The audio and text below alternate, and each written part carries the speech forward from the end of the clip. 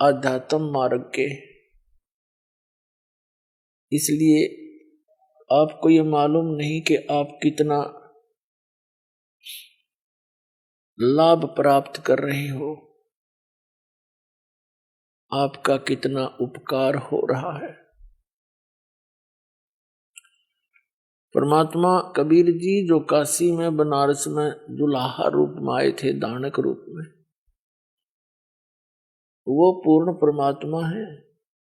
और आप सभी आत्माएं इस पृथ्वी पर या अन्य लोकों में, इस काल के लोकों में या अन्य स्थानों, वो सभी परमेश्वर कबीर जी की आत्मा है, उसके बच्चे हैं।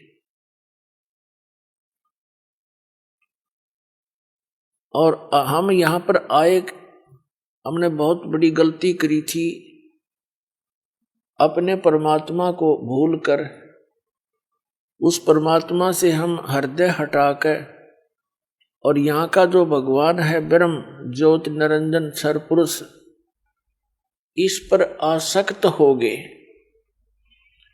एक समय ये तपस्या कर रहा था, एक पैर पर खड़ा होकर के सतलोक में,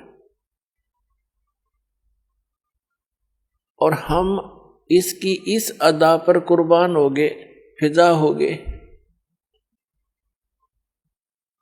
क्योंकि हमें सारा सुख था वहां पर। हमारे को हमारे पिता ने सर्व सुविधा सब सुख दे रखे थे। जिस परमात्मा ने हमारी सारी सुविधा की व्यवस्था कर रखी थी, उसको छोड़कर हम केवल इसकी इस अदा पर कुर्बान हो गए, इसको चाहने लग गए हृदय से।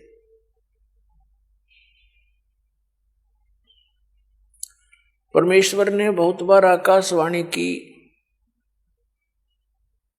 कि बच्चों इसकी क्रिया को मत देखो, आप मस्त रहो। हम ऊपर से तो सावधान हो गए, अंदर से कसक गई नहीं।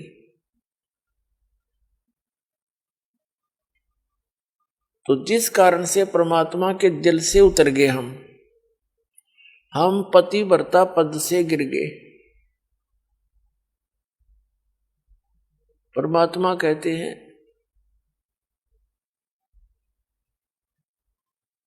कि जो पतिव्रता पद पर नहीं है, उसका कहीं भी आदर हुआ नहीं करता। हम भगवान के दिल से गिर गए, उतर गए, और फिर इसके ऊपर आस्था बन गई।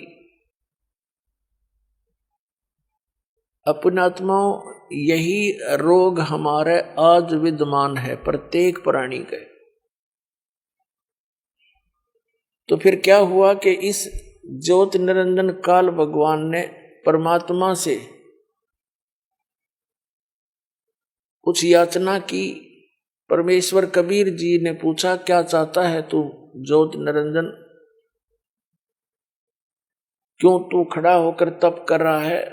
तब इसने कहा कि भगवान, जिस स्थान पर हम रह रहे हैं, ये स्थान मेरे लिए अकेले ये थोड़ा है, मुझे अकेला इंडिपेंडेंट स्थान दो, दया करो।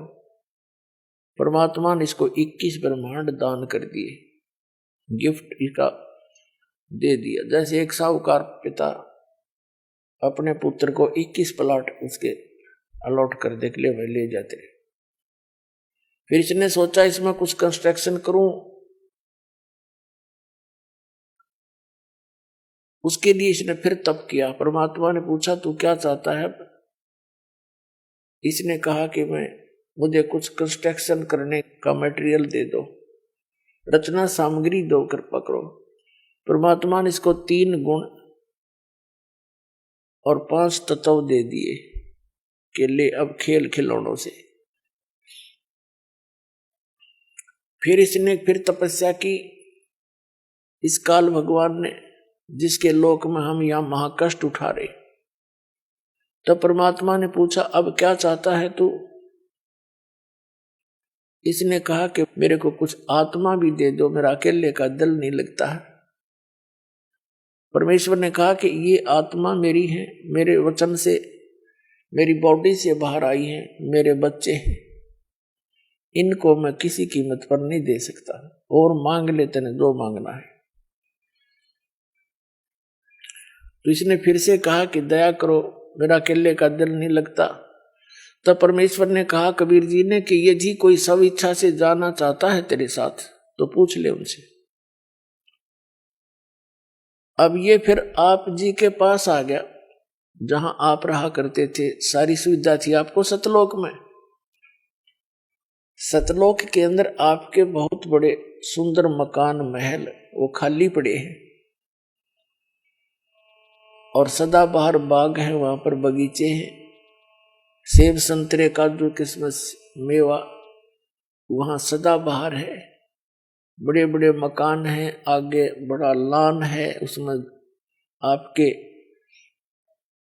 एक पार्क, सबके यहाँ पार्क है एक जैसा, सेम टू सेम।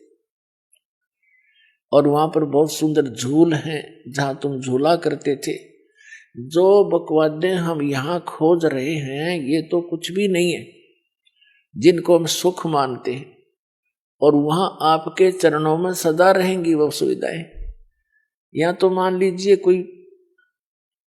2 पैसे इकट्ठे हो गए किसी के पास, तो घूमने के लिए चला जाता है कुल्लू मनाली, ज्यादा से ज्यादा 2, 4, 10 दिन मुश्किल से 1 वर्ष में निकाल पाओगा, आते फिर कुल्लू में जुट जाएगा। बताओ के शहर से पट्टा हुआ खा के थोड़ी देर पार्क में गए, दिन छिप गया, बाजो वे उल्टे करने आओ, फिर टाइम मिला तो थोड़ी बहुत देर घूमे, और वहां कोई काम में कोई नहीं, सारा दिन सुख खाओ पियो परमात्मा की चर्चा रखो। वहां भी भजन करते हैं प्राणी, क्योंकि भजन में आनंद ही न आता है। परमात्मा के गुण गाने से आत्मा में एक अलग से स्फूर्ति रहती है, और सभी प्राणी मालिक की चर्चा करते हैं, और नीचे जो दुख पा रहे हैं उनके लिए वो बहुत दुखी होते हैं। नमस्कार। नमस्कार सर जी। सर क्या नाम है आपका? सर जी मेरा नाम सुरेश कुमार है। सर कहाँ से आए आप? सर जी मैं तहसील सरकाघाट डिस्ट्रिक्ट मंडी से आया, हिमाचल प्रदेश से आया हूँ। सर संत रामपाल जी महाराज से नाम दीक्षा लेने के बाद आपको क्या लाभ मिले? सर जी सबसे पहले लाभ तो हुआ कि मैं बीमार रहता था और मेरी हार्ट प्रॉब्लम चली हुई थी, और पंडितों ने कह दिया था कि आप 18 साल तक तो बहुत बीमार रहोगे, आपकी एक साइड जा सकती है। तो इसके बाद जब परमात्मा ने मेरे को सत साधना बताई, मैं उसके नियम के और साधना के अनुसार चलता रहा, और आज मैं बिल्कुल ठीक हूँ। और वैसे तो पहले मेरी नाम दीक्षा लेने से पहले जब वो दशा चल रही थी तो मैं ठेकेदारी का काम करता, मेरी ठेकेदारी छूट गई थी, दिहाड़ी लगाना भी मुश्किल हो गया था, लेकिन आज मैं दिहाड़ी लगाता हूँ और बिल्कुल ठीक हूँ। दूसरा लाभ ये हुआ कि मैं ऊपर छत पर काम कर रहा था, स्लैब के लिए सरिया मोड़ रहा था, तो ठेकेदार वहाँ जो 2-3 वो लेबर वाले गवाही हैं, साक्षी हैं इस बात के, तो मैं डाई से सरिया मोड़ रहा था, एकदम अचानक नीचे गिर गया। कम से कम को 12 फुट की हाइट थी, और मेरे को कहीं चोट नहीं आई, कोई खरोच तक नहीं, मैंने एक गोली दवाई तक ही नहीं। दूसरे दिन ठेकेदार ने फ़ोन किया कि आप काम को आओगे कि नहीं आओगे?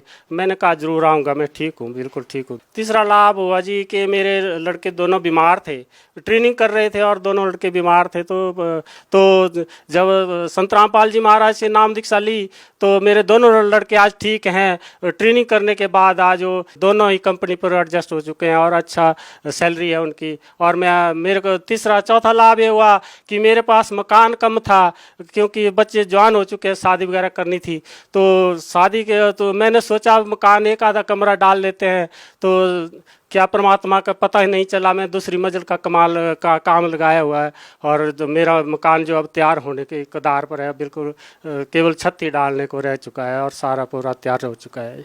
सर संत रामपाल जी महाराज से जो भी श्रद्धालु नाम दीक्षा लेते हैं वो नशा छोड़ देते हैं, क्या आप कोई संत रामपाल जी महाराज से नाम दीक्षा लेने से पहले नशा करते थे? सर जी मैं संत रामपाल जी महाराज से नाम दीक्षा लेने से पहले शराब पीता था, और आज मैंने छोड़ दी है। मेरे तो ना तो दिल करता है शराब पीने को, ना मैं पीता हूँ, मैं हाथ तक नहीं लगाता। जी धन्यवाद। सत साई।